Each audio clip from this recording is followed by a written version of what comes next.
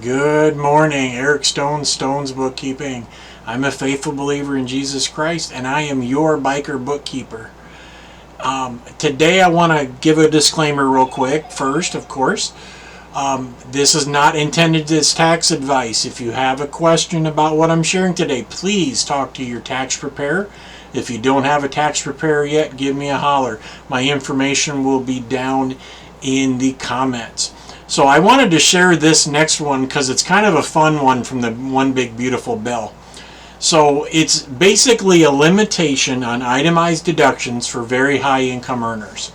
So it is for those of us whose income is high enough that we fall into the 37% tax bracket.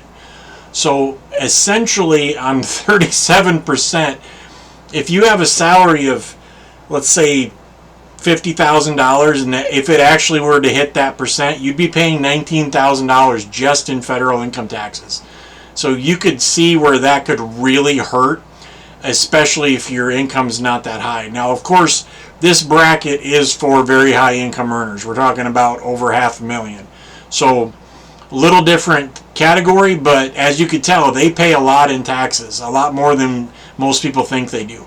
So the reason I wanted to talk about this is because of the way they formulated this cap. Essentially, when you take an itemized deduction, you use your actual deductions rather than taking a standard deduction. So you take like your mortgage interest, your taxes paid, your medical expenses out of pocket.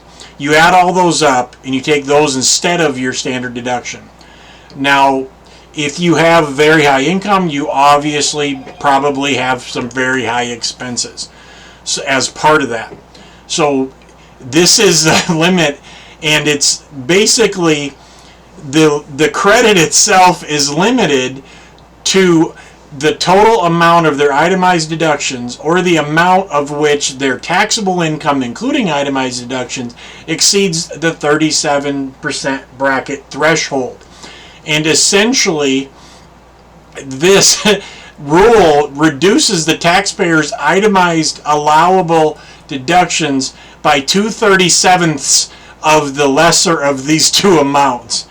So we ought to take it times 2 and then divide it by 37. So again, just kind of a fun one I wanted to share, and just a little bit of, hey, we're actually using math as we do your taxes sometimes.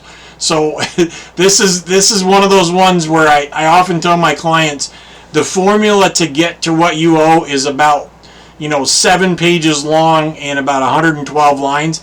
This is kind of why.